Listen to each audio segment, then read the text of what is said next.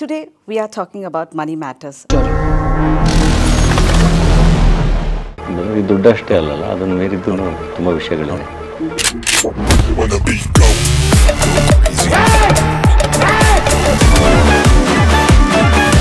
ಜೀವನದಲ್ಲೆಲ್ಲ ಸಾಲ ಮಾಡಿರ್ತೀವಲ್ವ. ಈಗ ಬ್ಯಾಂಕಲ್ಲಿ ಸಾಲ ಮಾಡೋದು, EMI ಕಟ್ಟೋದು ಎಲ್ಲ ಬೇರೆ. ಬ್ಯಾಂಕ್ ಸಾಲ ತೀರಿಸ್ತಿಲ್ಲ ಅಂದರೆ ಅವರೇ ಬಂದ್ಬಿಟ್ಟು ಎಲ್ಲ ಮನೆ ಹರಾಜಿಗಿದೆ ಅಂತ ಹಾಕ್ಬಿಟ್ಟು ಹೋಗಲ್ವಾ. ಹಂಗೆ ಹಣೆ ಮೇಲೆ ಹಾಕ್ಬಿಟ್ರೆ ಹಣೆ ಮೇಲೆ ಹಾಕಿದ್ದಾರೆ ಅಷ್ಟೇ ಯಾರು. ತಲೆ ಕೆಡಿಸ್ಕೋಬೇಡಿ, ಮಾರ್ನವಮಿಗೆ ಹೊರಡಿಸ್ತೀನಿ. ಒಂದು ಕಥೆಯನ್ನು, ಕನ್ನಡದ ಕಥೆಯನ್ನು ಕನ್ನಡದ ಪ್ರತಿ ಮನುಷ್ಯನಿಗೂ ಇದನ್ನು ತಲುಪಿಸಬೇಕು ಅನ್ನೋ ಒಂದು ಪ್ರಾಮಾಣಿಕವಾಗಿರುವ ಒಂದು ಹಾಪಾಹಾಪಿ ಇದೆ.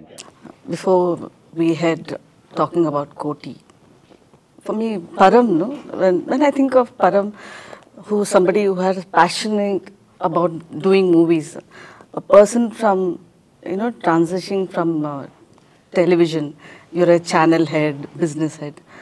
What aspects of cinema you think is powerful and interested you? Is it ಅಂದ್ರೆ ಕೋಟಿ ಮಾಡ್ಕೋಬೋದಾ ಅಂತ ಏನು in cinema industry bandra as director and whatever you want to be in here? It is not about the money which actually attracted me to film. It is not about anything else. So I always cared. The only thing which excited me is storytelling, and I wanted to tell stories. So when I was doing farming for 5 years, so I was only thinking about stories. That took me to journalism. So that actually pushed me to journalism. I came to Bangalore as a journalist. So I thought, okay, writing is my calling. But when I was doing the writing bit as a journalist, I realized that so storytelling is my calling. And when I thought about storytelling in Kannada in print, it scared me because so a good story can fetch you $500 in Kannada, and you can write in a year so maybe 2 good stories, 3 good stories. So you cannot live basis so earning so remuneration or monies through writing stories in Kannada. But so, not every journalist can become a filmmaker. No, so that actually I kept thinking about that, and that pushed me to a situation where I should tell story in visual medium. So that actually so I started chasing films, but TV happened, and in TV I thought it's a stopover, or so I wanted to prepare myself for the film. But so in TV I saw unexpected success, so if I can call it so. So that was I was pleasantly surprised when I started telling stories on small screen. So that became bit of a thing, and I started enjoying that. You were not directing there, but you wrote stories for yes. So I wrote stories so for few iconic Kannada fiction shows so which Colors Kannada brought to the viewers, and also so reality shows so which I directed. So even stories I wrote. So sometimes first 5 episodes I directed. Few campaigns I directed. For example, ETV, when ETV became Colors Kannada, that campaign so 16 creatives, that campaign was done by my team. So I wrote most of those creatives, and I directed most of those creatives. So as a team we came together and created that rebranding campaign, and that culminated in a big event.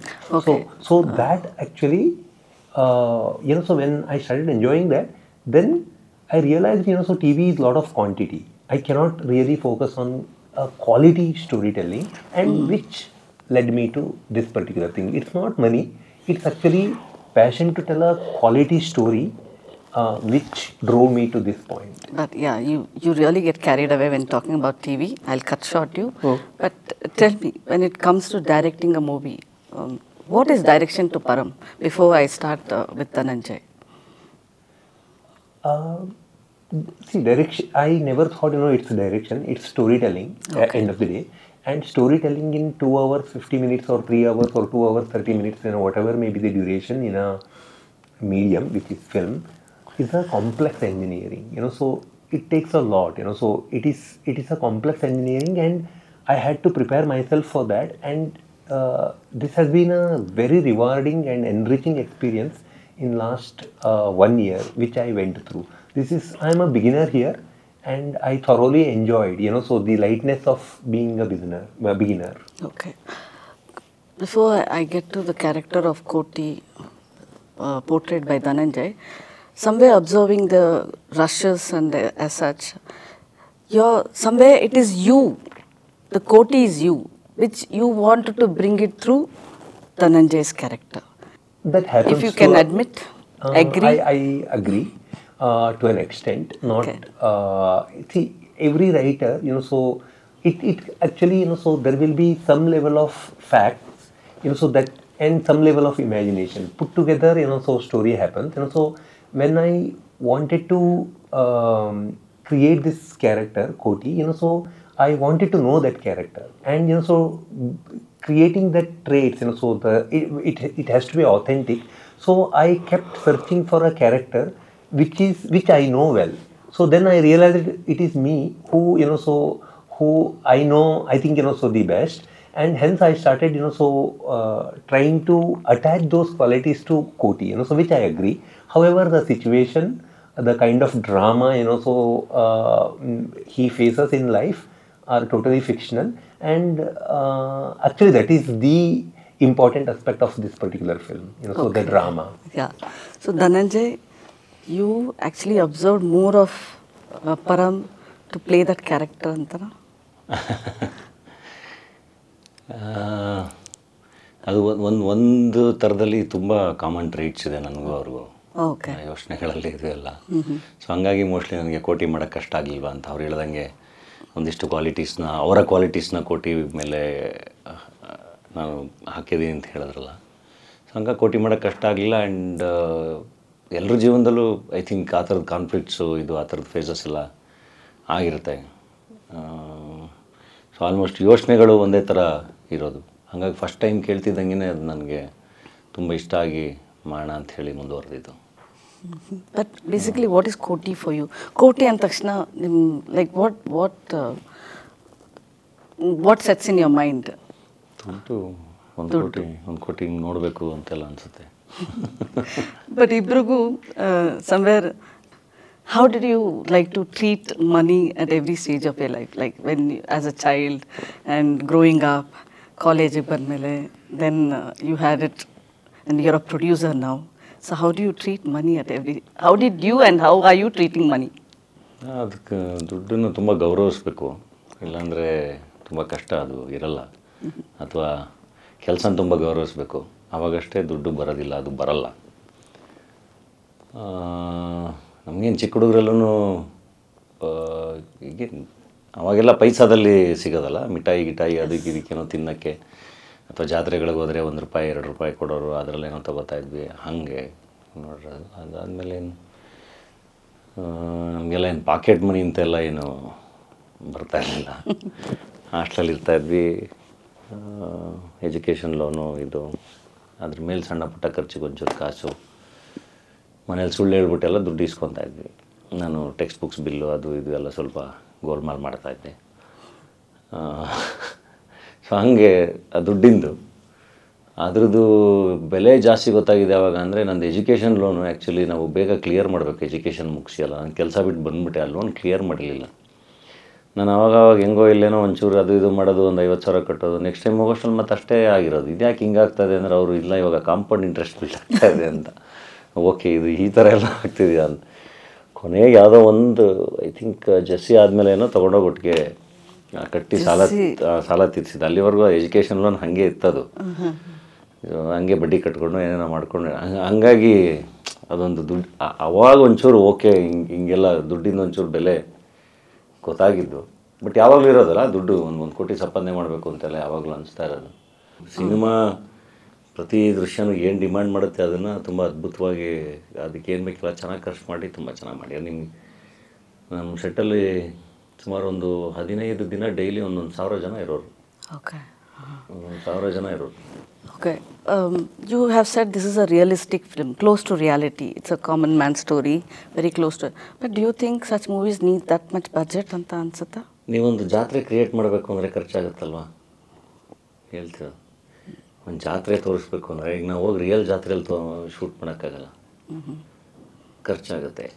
ಹಾಗೆ ಕೋಟಿ ನಿಮಗೆ common man subject ಅಂತಿದ್ದಂಗೆ budget ಆಗಲ್ಲ ಅಂತ ಹೆಂಗೆ ಅನ್ಕೋತೀರ?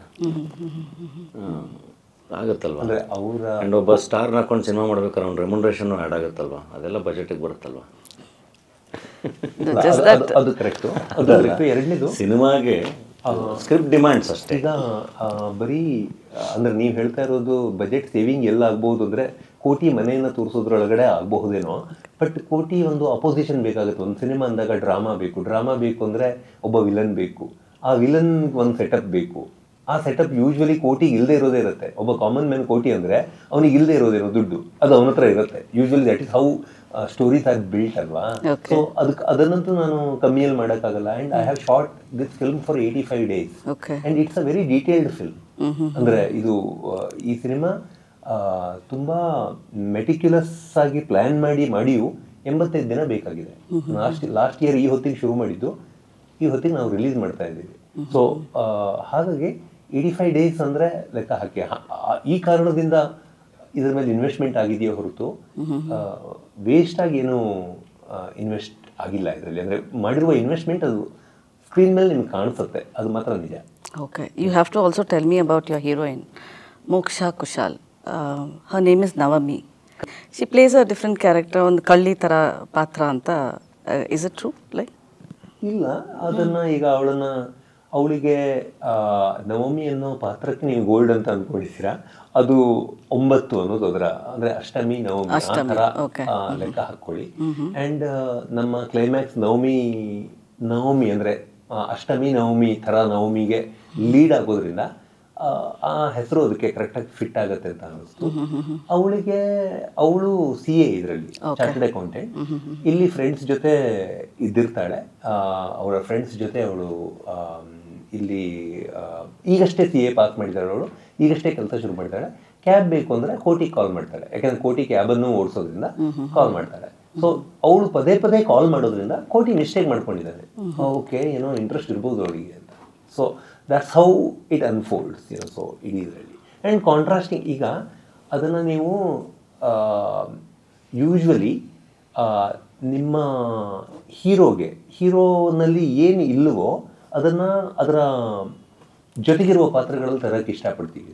ಈಗ hero for example ತುಂಬ ನಿಯತ್ನ ಮನುಷ್ಯ ಅಂದರೆ ಅವನಿಗೆ ಜೊತೆ ಆಗುವವರು ಸ್ವಲ್ಪ ನಿಯತ್ತನ್ನು ಬಿಟ್ಕೊಡುವವರೇ ಇದ್ದಿರಬೇಕಾಗತ್ತೆ. That is how you push your central character to a situation where he has to make a very difficult choice between this and that. And the illegal choice which is available, ಅಥವಾ ಅನ್ಯಾಯದ ಹಾದಿ ಏನಿದೆ, that will be a easy one. So ಆ ಈಸಿಯಾಗಿದ್ದ ಅನ್ಯಾಯದ ಹಾದಿಯನ್ನು ಬಿಟ್ಟು ತುಂಬ ಕಷ್ಟ ಕೊಡುವ ನ್ಯಾಯದ ಹಾದಿಯನ್ನು ಒಂದು ಪಾತ್ರ ತಗೊಂಡಾಗ that is when a person becomes a hero. So that is what I tried. So for that, so I have used Navami, I have used villain, I have used other characters, Rangayana Raghu, and there are multiple characters that all have performed extremely well. ನಾನು ಇದನ್ನು ಬೇರೆ ಕಡೆನೂ ಹೇಳಿದ್ದೀನಿ. ಈಗ ಮಲಯಾಳಮಲ್ಲಿ ನೀವು cinema ನೋಡಿದಾಗ ಏನು performance ಎಲ್ಲರೂ ಅಂತ ನೀವು ಹೇಳಿದ್ದಿರ್ಬೋದು, ತಮಿಳಲ್ಲಿ, ಹಿಂದಿಯಲ್ಲಿ, ತೆಲುಗಲ್ಲಿ. ಇದನ್ನು ನಾನು ಅಟ್ಲೀಸ್ಟ್ ಈ ತಮಿಳು, ತೆಲುಗು, ಮಲಯಾಳಂ ಮತ್ತು ಹಿಂದಿಯಲ್ಲಿ ನಾನು ಇದನ್ನು ಕೇಳಿಸ್ಕೊಂಡಿದ್ದೀನಿ. ಈ ಸಿನಿಮಾ ನೋಡಿದರೆ ನೀವು ಬೇಕಿದ್ರೆ ಕತೆ ಬಗ್ಗೆ ನಿಮಗೆ ನನ್ನ ಜೊತೆ ಜಗಳ ಇರ್ಬೋದು, ನಾನು ಬರೆದಿರುವ ರೀತಿ, ಸ್ಟ್ರಕ್ಚರ್ ಮಾಡಿರುವ ರೀತಿ ಬಗ್ಗೆ ಜಗಳ ಇರ್ಬೋದು, ಏನು ಬೇಕಾದರೂ ಇರ್ಬೋದು, ಅದೆಲ್ಲ ಡಿಬೇಟೇಬಲ್ ಅಂತ ನಾನು ಒಪ್ಕೋತೀನಿ. ಬಟ್ ಪರ್ಫಾರ್ಮೆನ್ಸ್ ಮಾತ್ರ ನೀವು ಯಾವುದೇ ಭಾಷೆಯ ಯಾವುದೇ ಸಿನಿಮಾಕ್ಕೆ, ಇಂಡಿಯಾದ ಯಾವುದೇ ಭಾಷೆಯ ಯಾವುದೇ ಸಿನಿಮಾಕ್ಕೆ ಇದು ಕಂಪೀಟ್ ಮಾಡುವ ಸ್ಟ್ರೆಂತ್ ಇರೋ ಥರ ಧನಂಜಯ್ ಅದನ್ನು ಪರ್ಫಾರ್ಮ್ ಮಾಡಿದ್ದಾರೆ, ರಮೇಶ್ ಪರ್ಫಾರ್ಮ್ ಮಾಡಿದ್ದಾರೆ, ಮೋಕ್ಷ ಮಾಡಿದ್ದಾಳೆ, ಅದೇ ಥರ ಉಳಿದಿರುವ ಆರ್ಟಿಸ್ಟ್ಗಳು ಮಾಡಿದ್ದಾರೆ. Performance wise you will have a treat in this particular film. You will not find okay ಅರೆ ಈ ಪರ್ಫಾರ್ಮೆನ್ಸ್ ಬೆಟರ್ ಇರ್ಬೋದಿತ್ತು ಅಂತ ನಿಮ್ಗೆ ಅನ್ಸಲಾರದು ಅನ್ನೋಷ್ಟು ಕಾನ್ಫಿಡೆನ್ಸನ್ನು ನನಗೆ ನನ್ನ ಎಲ್ಲ ಆರ್ಟಿಸ್ಟ್ಗಳು ಕೊಟ್ಟಿದ್ದಾರೆ. ಕತೆ ಬಗ್ಗೆ, ನಾನು ಬರೆದಿರುವ ಡೈಲಾಗ್ ಬಗ್ಗೆ, ನಾನು ತೆಗೆದಿರುವ ಶಾರ್ಟ್ ಬಗ್ಗೆ, if it is debatable it could be, but not on performance. Performance is top notch in this particular film. ನಿಮ್ಮ ಸೀರಿಯಲ್ದ ಜರ್ನಿನ ಎಷ್ಟು ಮಟ್ಟಿಗೆ ಉಪಯೋಗ ಆಗಿತ್ತು ನಿಮ್ಮ ರೈಟಿಂಗ್ ಅಥವಾ ಈ ಫಿಲಮ್ ಮಾಡೋಕ್ಕೆ ಕೋಟಿ? ಸಿನಿಮಾ ಒಂಥರ ಶೂಟಿಂಗ್ ಅಂದರೆ ಒಂಥರ ದಿನ ಮದುವೆ ಮಾಡ್ದಂಗೆ. ಶೂಟಿಂಗ್ ಅಂದರೆ ಸಖತ್ ಒದ್ದಾಟ ಇರುತ್ತೆ, ಯಾರೋ ಬರ್ತಾರೆ, ಅಷ್ಟು ಈಗೋಗಳಿರುತ್ತೆ. ಅಂದರೆ ಸುಮಾರು ಆರ್ಟಿಸ್ಟ್ಗಳು ಅಂದರೆ ಸುಮಾರು ಈಗೋಗಳನ್ನ ಒಂದೇ ಇದರಲ್ಲಿ ಹಾಕಿರ್ತೀವಿ. ಇದು ಸೀರಿಯಲಲ್ಲೂ ಆಗುತ್ತೆ, ಇವೆಂಟ್ಗಳಲ್ಲಿ ಎಸ್ಪೆಷಲಿ ಅವಾರ್ಡ್ ಫಂಕ್ಷನ್ಗಳಲ್ಲಿ ತುಂಬ ಆಗುತ್ತೆ, ಸಿನಿಮಾದಲ್ಲೂ ಆಗುತ್ತೆ. ಪ್ರೊಡಕ್ಷನ್ನ ಲಾಜಿಸ್ಟಿಕ್ಸ್ ಇದೆಯಲ್ಲ, ಒಂದು ಸಿನಿಮಾವನ್ನು ನಾವು ಅದನ್ನು ಸ್ಕೆಡ್ಯೂಲ್ ಮಾಡುವಾಗ, ಶೂಟನ್ನು ಸ್ಕೆಡ್ಯೂಲ್ ಮಾಡ್ತೀವಲ್ವ, ಅದನ್ನು ರಾಂಗ್ ಮಾಡಿಕೊಂಡ್ರೆ ಸಿನಿಮಾ ಹಾಳಾಗಿ ಹೋಗ್ಬೋದು. ಅಷ್ಟು ಟ್ರಿಕಿ ಇದೆ ಇದು. ಅಂದರೆ ಎವ್ರಿ ಸ್ಟೆಪ್ಪಲ್ಲಿ ಸಿನಿಮಾವನ್ನು ನೀವು ಪ್ರೊಟೆಕ್ಟ್ ಮಾಡ್ಕೋಬೇಕಾಗತ್ತೆ ಅಂತ ನನ್ನ ಫೀಲಿಂಗ್ ಇದು. ಒಂದು ಸಿನಿಮಾ ಮುಗಿಸಿದಾಗ ಸಿನಿಮಾ ನನಗೆ ಆ್ಯಸ್ ಅ ಮೇಕರ್ ನನಗೆ ನನ್ನ ಎಕ್ಸ್ಪೀರಿಯನ್ಸ್, ನಾನು ಬಿಗ್ ಬಾಸ್ ಮಾಡಿದ ಎಕ್ಸ್ಪೀರಿಯನ್ಸ್ ಇರ್ಬೋದು, ಅಥವಾ ಒಂದು ಅನುಬಂಧ ಥರ ಒಂದು ಮ್ಯಾಸಿವ್ ಇವೆಂಟನ್ನು ಹ್ಯಾಂಡಲ್ ಮಾಡಿರುವ as a director as a business head, I have done both so ಅದು ಮಾಡಿರುವ ಎಕ್ಸ್ಪೀರಿಯನ್ಸ್ ನನಗೆ ಲಾಜಿಸ್ಟಿಕ್ಸನ್ನು ಹ್ಯಾಂಡಲ್ ಮಾಡೋಕ್ಕೆ ಸಿನಿಮಾಕ್ಕೆ ಹೆಲ್ಪ್ ಆಗಿದೆ. Otherwise as a story telling medium, this is a very very complex medium and I am humbled. Wow, ಈ ಸಿನಿಮಾದ ಒಂದು cinema as a medium ಇದು ತುಂಬ ಮ್ಯಾಸಿವ್ ಇದೆ. ಅದರ ಕ್ರಿಯೇಟಿವ್ ಪಾಸಿಬಿಲಿಟೀಸ್ ಅನ್ಲಿಮಿಟೆಡ್ ಇದೆ. ಅದರ ಪಾಸಿಬಿಲಿಟೀಸ್ನ ಎದುರು ನಾನು ತುಂಬ ಸಣ್ಣವನಾಗಿದ್ದೀನಿ ಮತ್ತು ನಾನು ಒಂಚೂರು I think if I can say that ಸ್ವಲ್ಪ ಲೆಸ್ ಎರೋಗೆಂಟ್ ಆಗಿದ್ದೀನಿ after finishing this film. What was your experience? And you knew that knowing a person is different, but you knew he was coming from a serial background and he was working for a channel and all. To make a movie, it needs different dynamics, but still you went ahead. Is it for the person you knew him, or for the story, or for the you had confidence with Param as a director? ಅಲ್ಲ, ಎಲ್ಲವೂ ಈಗ ನಾನು first ಯಾವಾಗಲೂ ನೋಡೋದು, ನಾನು ಕೆಲಸ ಮಾಡಬೇಕಾದ್ರೆ ನನ್ನ ಇಷ್ಟೊಂದು ಅನುಭವಗಳಿಂದ ನಾನು ಫಸ್ಟು ಮನುಷ್ಯರನ್ನು ನೋಡ್ತೀನಿ, ಅವರು ಯೋಚನೆ ಮಾಡೋ ರೀತಿ ಎಲ್ಲ. ನನಗೆ ಆ ಥರದಲ್ಲಿ ಪರಮ್ಮು ನನಗೆ ತುಂಬ ಇಷ್ಟ. ಸೊ ನಾನು ತುಂಬ ಆರಾಮಾಗಿ ಅವ್ರ ಜೊತೆ ಕೆಲಸ ಮಾಡ್ಬೋದು, ಮಾತಾಡ್ಬೋದು, ಡಿಸ್ಕಸ್ ಮಾಡ್ಬೋದು ಎಲ್ಲವನ್ನು. ಸೊ ಅವ್ರ ಕಥೆ ಹೇಳಿದಾಗ ಆ ಕಥೆನೂ ತುಂಬ ಇಷ್ಟ ಆಯಿತು. ಅವರು ಅಷ್ಟೊಳ್ಳೆ ರೈಟರ್ ಅಂತ ನನಗೆ ಗೊತ್ತಿರಲಿಲ್ಲ. ಅಂದರೆ ಅವ್ರದ್ದು ಹೇಳ್ತಿರೋದು ಅವರು ಚಾನಲ್ಲು ಅಥವಾ ಅವರ ಸೀರಿಯಲ್ಗಳು ಎಲ್ಲದಕ್ಕೂ ಬರೆದಿದ್ದಾರೆ, ಅವೆಲ್ಲವೂ ತುಂಬ ಸಕ್ಸಸ್ಫುಲ್ ಆಗಿರೋದು, ಅದೆಲ್ಲದೂ ಗೊತ್ತಿತ್ತು ನನಗೆ. ಆದರೆ ಸಿನಿಮಾಗೆ ಅಂತ ಬಂದಾಗ ನೀವು ಹೇಳ್ದಂಗೆ ಅದೇ ಒಂದು ಬೇರೆ ಮೀಡಿಯಮ್ ಅಲ್ಲ. ಸೊ ಇದಕ್ಕೆ ಹೆಂಗೆ ಬರೆದಿರ್ತಾರೆ ಅನ್ನೋ ಒಂದು ಯೋಚನೆ ಇತ್ತು. ಹಾಗೆ ಅದು ತುಂಬ ಚೆನ್ನಾಗಿ ಬರೆದಿದ್ರು. ಆ ರೈಟಿಂಗೇ, ಈಗ ರೈಟಿಂಗ್ ಇದ್ದರೆ ನಾವು ಆ್ಯಕ್ಟ್ರ್ಗಳು ಏನಾದರೂ ಮಾಡ್ಬೋದು, ಇಲ್ಲಾಂದರೆ ನಾವು ಏನೂ ಮಾಡೋಕ್ಕಾಗಲ್ಲ. ಸೊ ಆ ರೈಟಿಂಗು ಸಖತ್ತಾಗಿತ್ತು. ಆಮೇಲೆ ಇದು ಬಡವ ರಾಸ್ಕಲ್ ಆದ್ಮೇಲೆ ಮತ್ತೆ ಈ ಥರ ಕ್ಯಾರೆಕ್ಟರ್ ವಾಪಸ್ ಬಂದಂಗಿತ್ತು. Like I think in between you just went ahead with action and middle class ಪಾತ್ರನೇ, ಬಟ್ ಬಡವ ರಾಸ್ಕಲ್ ರತ್ನಾಕರ್ಗಿಂತ ಬೇರೆ ಪಾತ್ರ ಇದು. And you also had the team of Badava Rascal only. Some way Tara ಅವರಿದ್ರು, Rangayana Raghu, some way made you comfortable. ಏನು ಮಾಡೋದು ನೀವು, ಈಗ ನಾನೇ ಏನಾದರೂ ಬರೆಯೋಕೆ ಹೊರಟಾಗ ನನಗೆ ಯಾವ್ದಾದ್ರು ಪಾತ್ರಗಳು ಅಂತ ತಾರಾಮರಂಗಣರಿಗೂ ಬಂದು ಕೂರ್ತಾರೆ ಅಂದರೆ ಅಲ್ಲಿಗೆ ಬೇರೆ ಜಾರನ್ನು ಕೂರಿಸ್ಕೊಳಕ್ಕಾಗಲ್ಲ. ಹಂಗಾಗಿನೇ ಎಷ್ಟೊಂದು ಸಿನಿಮಾಗಳಲ್ಲಿ ಜೊತೆಗೆ ಬಂದ್ಬಿಡ್ತಾರೆ ಅವರು. ಇವಾಗ ಕೋಟಿಲೂ ಅಷ್ಟೇ, ತಾರಮ್ಮ ಮತ್ತು ಅಮ್ಮ ಕಂಟಿನ್ಯೂ ಆಗಿದ್ದಾರೆ, ರಂಗಾಯಣ ಸರ್ ಬೇರೆ ಪಾತ್ರ ಮಾಡಿದ್ದಾರೆ. ಬಟ್ ಅವ್ರನ್ನ ನಾವು ರೀಪ್ಲೇಸ್ ಮಾಡೋಕ್ಕಾಗಲ್ಲ, ಅವರೇ ಬೇಕು ಅನ್ನೋ ಥರ ಆವರಿಸ್ಕೊಂಡ್ಬಿಡ್ತಾರೆ. ಅಷ್ಟು ಸ್ಕ್ರೀನ್ ಮೇಲೆ ಅವರು, ಅಥವಾ ನಮಗೆ ಶೂಟಿಂಗಲ್ಲಿ ಎಲ್ಲ ಅವರು ಬೇರೆಯೇ ಒಂದು ಮ್ಯಾಜಿಕ್ ಮಾಡ್ತಾರೆ. ಅದೇನೋ ಅದು ಹಂಗಾಗಿ ಅವ್ರುಗಳು ಬೇಕೇ ಬೇಕು ಇರುತ್ತೆ ಕೆಲವೊಂದು ಪಾತ್ರಗಳಿಗೆ. Okay, all said and done. ಕೋಟಿ ಅಂತ ಇಟ್ಕೊಂಡು 31 lakhs ಕ್ರೆಡಿಟ್ ಏನದು? ನಾವು don't tell me watch the movie, just tell me something. 31 lakh ಬಾಕಿ ಇದೆ ಕೋಟಿಲಿ. ಅದೇ ಏನಕ್ಕೆ ಅದು ವೈ ಕೋಟಿಗೆ 31 ಲಕ್ಷ ಕ್ರೆಡಿಟ್? ಜೀವನದಲ್ಲಿ ಎಲ್ಲ ಸಾಲ ಮಾಡಿರ್ತೀವಲ್ವಾ. ಈಗ ಬ್ಯಾಂಕಲ್ಲಿ ಸಾಲ ಮಾಡೋದು, EMI ಕಟ್ಟೋದು ಎಲ್ಲ ಬೇರೆ. ಬ್ಯಾಂಕ್ ಸಾಲ ತೀರಿಸ್ತಿಲ್ಲ ಅಂದರೆ ಅವರೇ ಬಂದ್ಬಿಟ್ಟು ಎಲ್ಲ ಮನೆ ಹರಾಜಿದೆ ಅಂತ ಹಾಕ್ಬಿಟ್ಟು ಹೋಗಲ್ವಾ, ಹಾಗೆ ಹಣೆ ಮೇಲೆ ಹಾಕ್ಬಿಟ್ಟಿರೋದು, ಹಣೆ ಮೇಲೆ ಹಾಕಿದ್ದಾರೆ ಅಷ್ಟೇ ಯಾರು. ವಾಟ್ ಇಸ್ ದ ಸಿಗ್ನಿಫಿಕೆನ್ಸ್ ಪರಮ್ from your end as a director, if you want to say about 31 lakhs? ಇದೊಂದು ಮಹಾನಗರದಲ್ಲಿ, ಒಂದು ಕೋಟಿ ಜನ ಇರುವ ಮಹಾನಗರದಲ್ಲಿ ಸ್ವಲ್ಪ ತುಂಬ ಪ್ಯೂರ್ ಆಗಿರುವ ಒಬ್ಬ ಕೋಟಿ ಬದುಕೋದಕ್ಕೆ, ಅಂದರೆ ಯಾರ ತಲೆನೂ ಒಡಿದೆ, ಯಾರಿಗೂ ಮೋಸ ಮಾಡಿದೆ, ಕಳ್ತನ ಮಾಡಿದೆ ₹1 ಕೋಟಿ ಗಳಿಸೋಕ್ಕಾಗಲ್ವ ಅನ್ನೋದು ಒಂದೊಂದು ಪ್ರಶ್ನೆಯೂ ಇದ್ದಿರುತ್ತೆ. ನೀವು ಅದನ್ನು ಟೀಸರಲ್ಲಿ ನೋಡಿರ್ತೀರ ಕೂಡ. ಸೊ ಹಾಗೆ ಒದ್ದಾಡ್ತಾ ಇರುವ ಒಬ್ಬ ಪರಿಸ್ಥಿತಿಗಳಿಂದ ತುಂಬ ಒಂದು ಸಿಚುವೇಶನಿಗೆ ಹೋಗಿ ಅವನು ಸಾಲಕ್ಕೆ ಬಿದ್ದಾಗ ಒಬ್ಬ ವ್ಯಕ್ತಿ ಜೊತೆ 31 ಲಕ್ಷ ಅವನು ವಾಪಸ್ ಕೊಡಬೇಕು ಅವನಿಗೆ ಓವರ್ ಆಲ್ ಏನೇನೇನೋ ಆಗಿ. ಆ 31 ಲಕ್ಷ ಒಂದು ಅವನ ಕೋಟಿಯ ಏನು ಪ್ಯೂರಿಟಿಯ ಹಾದಿಯಲ್ಲಿ ಅಡ್ಡ ಬರುವ ಒಂದು ವ್ಯಕ್ತಿ 31 ಲಕ್ಷ ಸಾಲ ಇಸ್ಕೊಬಿಟ್ಟಿದ್ದಾರೆ ಇವರು. ಅದನ್ನು ತೀರ್ಸೋಕ್ಕೆ ಆಗ್ತಾ ಇಲ್ಲ.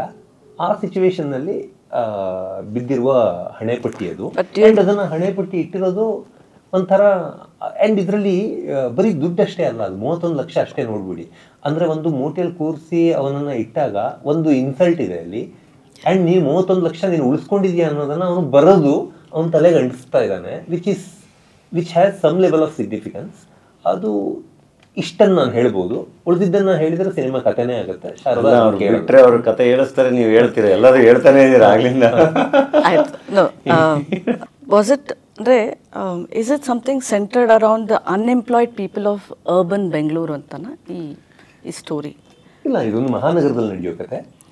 ಒಂದು ಸಾಮಾನ್ಯವಾಗಿ ನಿಮ್ಗೆ ಸಿಗಬಹುದಾದ ಒಬ್ಬ ಹುಡುಗ ಕೋಟಿ. ಅಂದರೆ ನೀವು ಅವನನ್ನು ದಿನ ನೀವು ಭೇಟಿ ಆಗ್ತಾ ಇರ್ತೀರ. ಹಲವಾರು ಜನ ಕೋಟಿಗಳನ್ನು ನೀವು ನಿಮ್ಮ ಲೈಫಲ್ಲಿ ಭೇಟಿ ಆಗ್ತಿರ್ತೀರ. ಅಂತಹ ಹಲವಾರು ಜನ ಕೋಟಿಗಳಲ್ಲಿ ಒಬ್ಬ ಕೋಟಿ, ಕನಸು ಕಾಣೋ ಒಬ್ಬ ಕೋಟಿ, ನಾನು ಸರಿಯಾಗಬೇಕು, ತಂಗಿ ಮದುವೆ ಮಾಡಬೇಕು, ಅಮ್ಮನ ಮನೆ ಕಟ್ಟಬೇಕು ಅಂದ್ಕೊಂಡಿರುವ ಒಬ್ಬ ಕೋಟಿ, ಅವನ ಜರ್ನಿಯನ್ನು ಹೇಳೋ ಕಥೆ ಇದು. ಸೊ ನೀವು ಖಂಡಿತವಾಗೂ ಭೇಟಿಯಾಗಿರ್ತೀರ ಆ ಕೋಟಿಯನ್ನು. ಓಕೆ, ಇಲ್ಲೇ ಮೀಟ್ ಆಗಿದ್ದೀನಲ್ಲ. ಪಾತ್ರ ಮಾಡಿದ್ದಾರೆ ನಿಜವಾದ ಕೋಟಿಗಳು ಅಲ್ಲಿ ಕೋಟಿ ಅದೇ ನಾನದೇ ಹೇಳಿದ್ನಲ್ಲ, ನಮ್ಮ ಬದುಕಿನ ಎಷ್ಟೊಂದು ಹಿಂದಿನ ಫೇಸ್ಗಳಿಗೆ ಅದು ಕನೆಕ್ಟ್ ಆಯಿತು ಅಂತ ಕತೆ ಕೇಳಿದಾಗಲೇ. Okay, I know, but you will not say this, but still I want to ask. ಅದೇನೋ ಬ್ರೇಕಿಂಗ್ ನ್ಯೂಸ್ ಅಂದರೆ ಒಂಥರ ನನಗೆ ಒಂಥರ apparently Duniya Vijay plays a special role in this movie, and he comes as a backstory, and I was told that he plays Dhananjay's father. ಇದಂತೂ ಸಿನಿಮಾದಲ್ಲೇ ನೋಡ್ಬೇಕು ನೀವು. No, I'm just asking. ಇದಂತೂ ಸಿನಿಮಾದಲ್ಲೇ ನೋಡ್ಬೇಕು. ಸಖತ್ತಾಗಿ ಎಲ್ಲ ನೀವೇ ಆ್ಯಕ್ಚುಲಿ ಒಂದು ಒಳ್ಳೆ ಕತೆ ಮಾಡ್ಬೋದು. No, backstory ಅಂದರೆ ಏನೋ ಒಂದು ಕುತೂಹಲ. ನಿಮಗೆ ಈ ಸಂತೋಷಕ್ಕೆ ಇದ್ರಲ್ಲಿ ಏನು ಸಂತೋಷ ಸಿಗುತ್ತೆ? ಅಲ್ಲ, ನಾನು ಒಬ್ರನ್ನ ಮಾತಾಡ್ಸ್ಬೇಕು ಅಂದಾಗ like this should be something that I should ask. ಸುಮ್ಮನೆ ಓಕೆ ಚೆನ್ನಾಗಿತ್ತ, ಈಗಿತ್ತ, ಆಗಿತ್ತ ಅಂತ ನನಗೆ ಅದು ಆ ರೀತಿ. ಅದರಲ್ಲಿ ಏನು ತಪ್ಪಿಲ್ಲ. ಬಟ್ ನಾನು ಇಷ್ಟೇ ಹೇಳಕ್ಕೆ ಇಷ್ಟಪಡೋದು, ಇದನ್ನಂತೂ ನೀವು ಈ ಪಾಯಿಂಟನ್ನಂತೂ ನೀವು ಸಿನಿಮಾದಲ್ಲೇ ನೋಡಬೇಕು. ಇದು ನಿಜನಾ? ಈಗ ನೀವು ಹೇಳಿದ್ರಲ್ಲಿ ಸ್ವಲ್ಪ ಅರ್ಧಮರ್ಧ ಸತ್ಯ ಇದೆ, ಇಲ್ಲ ನಾನು ಹೇಳಲ್ಲ. ಬಟ್ ಅದು ಅಲ್ಲ, ಅರ್ಧಮರ್ಧ ಸತ್ಯ ಇದೆ. ಆದರೆ ಈಗ ನೀವು ಹೇಳಿರುವ ಪಾಯಿಂಟ್ಗಳೆಲ್ಲ ಸತ್ಯ ಅಂತಲೂ ಇಲ್ಲ. You have a reliable source, but they are not feeding you 100%. ಅಲ್ಲ, they don't want to feed me, but at least they will give me a hint. So ನಾನು ನಿಮ್ಮಿಂದ ಪಡಿಬೇಕು ಅಂತ. ಅವರಿಂದ ಕನೆಕ್ಷನ್ ಕಟ್ ಮಾಡ್ಕೊಳ್ಳಿ, ಎಲ್ಲ ಸುಳ್ಳು ಹೇಳ್ತೀರಾ, ಸುಳ್ಳು ಮಾಹಿತಿ ಕೊಡ್ತೀರಾ. ದುನಿಯಾ ವಿಜಯ್ ಇಲ್ಲ ಅಂತನಾ? ಅದೆಲ್ಲ ಪಿಕ್ಚರಲ್ಲಿ ನೋಡಿ. It's fine. Okay, basically there is one side you have a common man aiming to be a crorepati, but there are also rich brats who have a crore as a pocket money anta. The societal status and all that. Today, do you think a crore is become a status affair anta ansutta? Like no, like, I don't think so. Crore is in that sense ಕೋಟಿ, ಅದರಲ್ಲಿ ದುಡ್ಡು ಆಗಿರೋದು incident. ಕೋಟಿ ಅನ್ನೋದಕ್ಕೆ ನೀವು ತಗೊಳ್ಬೇಕಾಗಿರುವ basic ಕೊನೋಟೇಷನ್, ಕೋಟಿ ಅನ್ನೋದು ಹೆಸರು, ಒಂದು ವ್ಯಕ್ತಿ, ಒಂದು ಪಾತ್ರ. ಓಕೆ, ಅಂಡ್ ಇದು ಕೋಟಿ ಅನ್ನೋ ಕಾರಣಕ್ಕೆ, ಅಂದ್ರೆ ಒಂದ್ರ ಮುಂದಿರುವ 7 ಸೊನ್ನೆಗಳ ಕಾರಣಕ್ಕೆ ಇದು ಮುಖ್ಯ ಅಲ್ಲ. ಕೋಟಿ ಅನ್ನೋದು ಏನಕ್ಕೆ ಮುಖ್ಯ ಆಗುತ್ತೆ? ದುಡ್ಡು ಅಥವಾ ನಿಮ್ಮ ದುಡ್ಡು ಅನ್ನೋದು ಅವಶ್ಯಕತೆ. ಈ ಅವಶ್ಯಕತೆ, ಈ ದುಡ್ಡು ಎಷ್ಟು ಅನ್ನೋದ್ರಲ್ಲಿ ಕತೆ ಇಲ್ಲ. ಆ ಅವಶ್ಯಕತೆ ನಿಮ್ಮಿಂದ ಏನು ಮಾಡಿಸುತ್ತೆ ಅನ್ನೋದ್ರಲ್ಲಿ ಕತೆ ಇದೆ. ಅದು ಕೋಟಿ ರೂಪಾಯಿ ಇರ್ಬೋದು, ಅದು 10 ಲಕ್ಷ ಇರ್ಬೋದು, 10,000 ಇರ್ಬೋದು. ಎಷ್ಟು ಸಾರಿ ನಾವು ನೋಡಿದ್ದೀವಿ ಅಂದರೆ 1,000 ರೂಪಾಯಿಗೆ ಮರ್ಡರ್ ಆಗಿದ್ದಿದೆ, ಕೋಟಿ ರೂಪಾಯಿನ ಹಾಗೆ ಬಿಟ್ಟು ಹೋಗಿದ್ದು ಇದೆ. ಸೊ ಎಷ್ಟು ಅನ್ನೋದು ಇಂಪಾರ್ಟೆಂಟೇ ಅಲ್ಲ ಇಲ್ಲಿ. ಒಂದು ಅವಶ್ಯಕತೆ ಇರುವಾಗ ಆ ಅವಶ್ಯಕತೆ ಏನು ಮಾಡಿಸುತ್ತೆ ಅನ್ನೋದು ನಿಮ್ಮಲ್ಲಿ ಏನೋ ಒಂದು ಇಮೋಷನನ್ನು ಹುಟ್ಟಾಕತ್ತೆ. ಆ ಇಮೋಷನ್ ನನಗೆ ಇಂಪಾರ್ಟೆಂಟ್ ಇದೆ as a story teller, and ಅದನ್ನು ನಾವು ಟ್ಯಾಪ್ ಮಾಡ್ತೀವಿ. Okay. Now that we are talking about Koti and this, do you think is it good to invest crores of rupees in Kannada cinema? ನಾನು ತುಂಬ ಹೊಸಬ. So ಹಾಗಾಗಿ ಅಂದರೆ ನನಗೆ guarantee ಇದೆ ಏನು ಮಾತಾಡ್ಕೋತಾ ಇರ್ಬೋದು ಇದ್ರ ಬಗ್ಗೆ ಅಂತ. ಬಟ್ ನಾನು ಮಾಡುವ ಪ್ರತಿ ಕೆಲಸವನ್ನು ನನಗೆ ಈ ಥರದ ಪ್ರಶ್ನೆಗಳೇ ನನ್ನನ್ನು ಯಾವತ್ತೂ ಇನ್ಸ್ಪೈರ್ ಮಾಡಿದೆ. ನಾನು ಓದಿರೋದು 10ನೇ ಕ್ಲಾಸು. ಅದನ್ನು ಮಾಡಿ ನಾನು ಜರ್ನಲಿಸಮ್ ಮಾಡೋಕ್ಕೆ ಬಂದಾಗ 10ನೇ ಕ್ಲಾಸ್ ಓದಿದವನೊಬ್ಬ ಹೆಂಗೆ ಸರ್ವೈವ್ ಆಗ್ಬೋದು ಅಂತಲೇ ಪ್ರಶ್ನೆ ಬಂತು. ಬಟ್ ನನಗದು ಚಾಲೆಂಜ್ ಥರ ಫೀಲ್ ಆಗುತ್ತೆ. ನಾನು ಅದನ್ನು ನೆಗೋಷಿಯೇಟ್ ಮಾಡೋಕ್ಕಾಯಿತು. ಅದಾದಮೇಲೆ ಜರ್ನಲಿಸ್ಟ್ ಆಗಿದ್ದವನು ಸೀರಿಯಲ್ಲು ಮತ್ತು ಟಿ ವಿ ಚಾನಲನ್ನು ರನ್ ಮಾಡ್ತೀನಿ ಅಂದಾಗ ಏನು ಮಾಡೋಕ್ಕಾಗತ್ತೆ ಇವನಿಗೆ ಅನ್ನೋ ಪ್ರಶ್ನೆ ಬಂದಿತ್ತು ಮತ್ತು ಅದನ್ನು ನನಗೆ ನೆಗೋಷಿಯೇಟ್ ಮಾಡೋಕ್ಕಾಯಿತು ಅಂತ ಹೆಮ್ಮೆ ಇದೆ ನನಗೆ. ಈಗ ಅಲ್ಲಿಂದ ಸಿನಿಮಾಗೆ ಬಂದಾಗ because it is such a big medium, ತುಂಬ ಘಟಾನುಘಟಿಗಳು ಇಲ್ಲಿ ದುಡ್ಡು ಹೂಡಿ ಸಿನಿಮಾ ಮಾಡೋಕ್ಕೆ ಹೋಗಿ ಏನೇನೋ ಆಗಿದ್ದಾರೆ, ನಿಮಗೆ ಗೊತ್ತಿದೆ. ನನ್ನಂಥವನೊಬ್ಬ ಬಂದು ಮಾಡುವಾಗ ಆ ಪ್ರಶ್ನೆ ಬಹಳ ನ್ಯಾಚುರಲ್ ಇದೆ ಆ್ಯಂಡ್ ಆ ಪ್ರಶ್ನೆ ತಪ್ಪು ಅಂತಲೇ ಹೇಳಲ್ಲ ನಾನು. ಬಟ್ ನಾನು ಇದನ್ನು ಒಂದು ಉದ್ಯಮ ಆಗಿ ನೋಡ್ತಾ ಇಲ್ಲ. ಅಂದರೆ ನನಗೆ ವೈಯಕ್ತಿಕವಾಗಿ ಜಿಯೋ ಸ್ಟುಡಿಯೋಸಿಗೆ ಇದೊಂದು ಬಿಸ್ನೆಸ್ ಇರ್ಬೋದು, ಆದರೆ ಇದರ ಬಿಸ್ನೆಸ್ನ ಬಿಗಿನಿಂಗ್ ಏನಿದೆ ಇದನ್ನು ನಾನು ಒಬ್ಬ ಪ್ಯಾಷನೇಟ್ ಸ್ಟೋರಿ ಟೆಲ್ಲರ್ ಆಗಿ ಇದನ್ನು ಅಪ್ರೋಚ್ ಮಾಡಿದ್ದೀನಿ. ಒಂದು ಪ್ಯಾಷನೇಟ್ ಸ್ಟೋರಿ ಟೆಲ್ಲರಿಗೆ ಎಷ್ಟು ಇನ್ವೆಸ್ಟ್ಮೆಂಟ್ ಬೇಕು ಅನ್ನೋದನ್ನು ನೋಡಿದಾಗ ಅಫ್ಕೋರ್ಸ್ ನನಗೂ ನಾನು ಸ್ವಲ್ಪ ಕ್ಯಾಲ್ಕುಲೇಷನ್ ಮ್ಯಾಥ್ಸಲ್ಲಿ ಅಂಕಗಣಿತದಲ್ಲಿ ನನಗೊಂದು ಸಣ್ಣ ಮಟ್ಟಿನ ಪ್ರವೇಶ ಇರೋದ್ರಿಂದ ತುಂಬ ಚೆನ್ನಾಗಿರೋದ್ರಿಂದ ನಾನೊಂದು ಲೆಕ್ಕ ಹಾಕಿದ್ದೀನಿ. ಓಕೆ, ಇದನ್ನು ಹಿಂಗೆ ಮಾಡಿ ಇಷ್ಟು ಜನರನ್ನು ತಲುಪ್ಬೋದು ಅಂತ. ಇಷ್ಟು ಜನ 100 ರೂಪಾಯಿ ಕೊಟ್ಟರೆ ನಾನು ಹಾಕಿರುವ ದುಡ್ಡು ವಾಪಸ್ ಬರುತ್ತೆ ಅನ್ನೋದನ್ನು ಕಂಡು ಹಿಡ್ಕೊಂಡಿದ್ದೀನಿ. ಹಾಗಾಗಿ ನಾನು ಒಳ್ಳೆ ಕತೆ ಮೇಲೆ ನೀವು ಒಂದು ಕತೆಗೆ ಒಂದು ಸ್ಟಾರಿಗೆ ಒಂದು ಕತೆ ಕಾಂಬಿನೇಷನ್ ಬಂದಾಗ ಒಂದು ಮಟ್ಟದ ಇನ್ವೆಸ್ಟ್ಮೆಂಟ್ ಓಕೆ ಅನ್ನೋದು ಇರುತ್ತೆ. Why particularly I said is it okay to invest so much in crores for Kannada cinema going by the current scenario, like but ಅದು ಎಲ್ಲೋ ಬದಲಾಗುತ್ತೆ. Rumors even you have heard suddenly ನೀವು ತಯಾರಿ ಮಾಡ್ಕೋತಾ ಇದ್ದೀರಾ to bring the movie to theaters and suddenly you have a rumor, okay, the industry is going to shut down for some time anta. Even a film industry is a common man's life. There's so many technicians involved and everything, but when you hear to it you have some kind of sentiment alla. So that's on that industry shut down ಮಾಡೋಕ್ಕಾಗಲ್ಲ.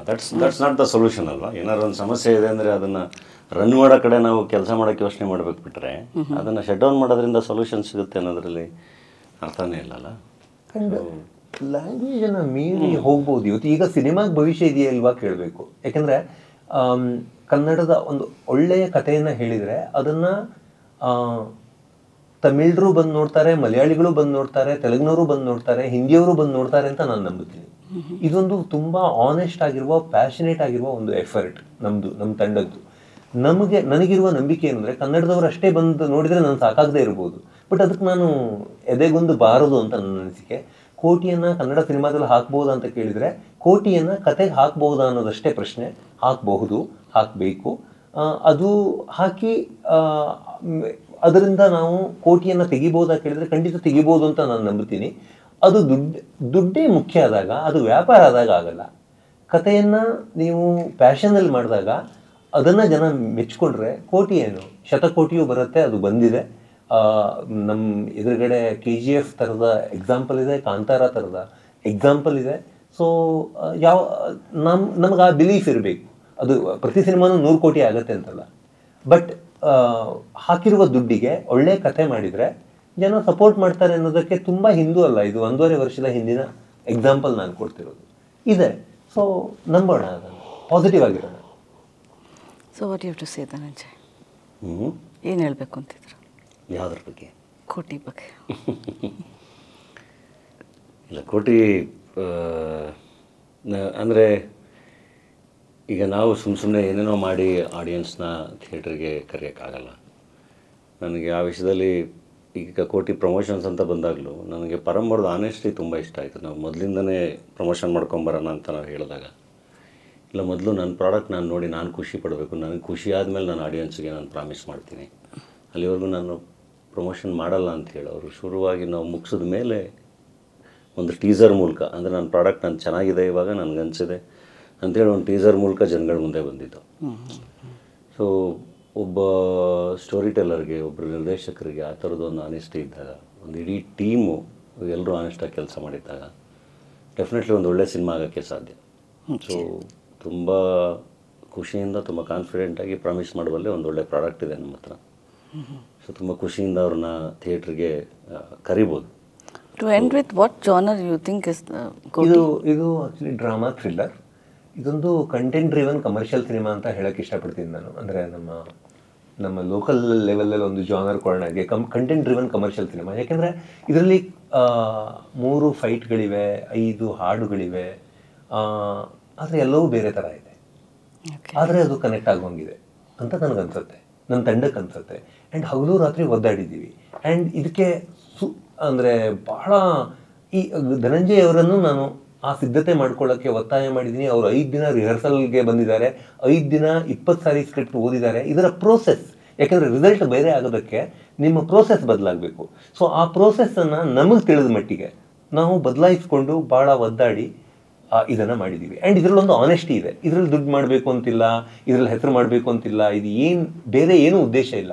ಒಂದು ಕಥೆಯನ್ನು, ಕನ್ನಡದ ಕಥೆಯನ್ನು ಕನ್ನಡದ ಪ್ರತಿ ಮನುಷ್ಯನಿಗೂ ಇದನ್ನು ತಲುಪಿಸಬೇಕು ಅನ್ನೋ ಒಂದು ಪ್ರಾಮಾಣಿಕವಾಗಿರುವ ಒಂದು ಹಾಪಾಹಾಪಿ ಇದೆ. ಆ ವಿಷಯ ಅದನ್ನು ನಂಬ್ತೀನಿ ನಾನು. ಈ ಆನೆಸ್ಟ್ ಎಫರ್ಟಿಗೆ there should be some result. I don't know, ಅದು ಕೋಟಿಯಲ್ಲೇ ಆಗಬಹುದು ಅಂತ ನಂಬಿದ್ದೀನಿ ನಾನು. ಇಲ್ಲದೇ ಇದ್ರೆ ಅದು ಹೆಂಗೋ ಒಂದು ಆಗಲೇಬೇಕು, ಅದಕ್ಕೊಂದು ರೆಸ್ಪೆಕ್ಟ್ ಸಿಗಲೇಬೇಕು. ಯಾವುದು ನಾನು ಮತ್ತು ನನ್ನ ತಂಡ ಒಂದಷ್ಟು ಅಂದರೆ ಯಾವ ಉದ್ದೇಶವೂ ಇಲ್ಲದೆ, ಯಾವ ಬೇರೆ ಡಿವಿಯೇಷನ್ಗಳು ಇಲ್ಲದೆ 1 ವರ್ಷವನ್ನು ಏನು ಕೊಟ್ಟಿದ್ದೀವಿ ಇದಕ್ಕೆ, ಆ ಎಫರ್ಟಿಗೆ there should be some so ಅಲ್ಲೊಂದು ಫಲ ಸಿಗಲೇಬೇಕು ಅಂತ ನಂಬಿದ್ದೀನಿ ನಾನು. ಅದು ಸಿಗುತ್ತೆ ಅನ್ನೋ ಒಂದು ಪಾಸಿಟಿವ್ ಮೈಂಡ್ ಸೆಟ್ಟಲ್ಲಿ 14 ಜೂನನ್ನು ನೋಡ್ತಾ ಇದ್ದೀನಿ. Okay, all the best. Thank you.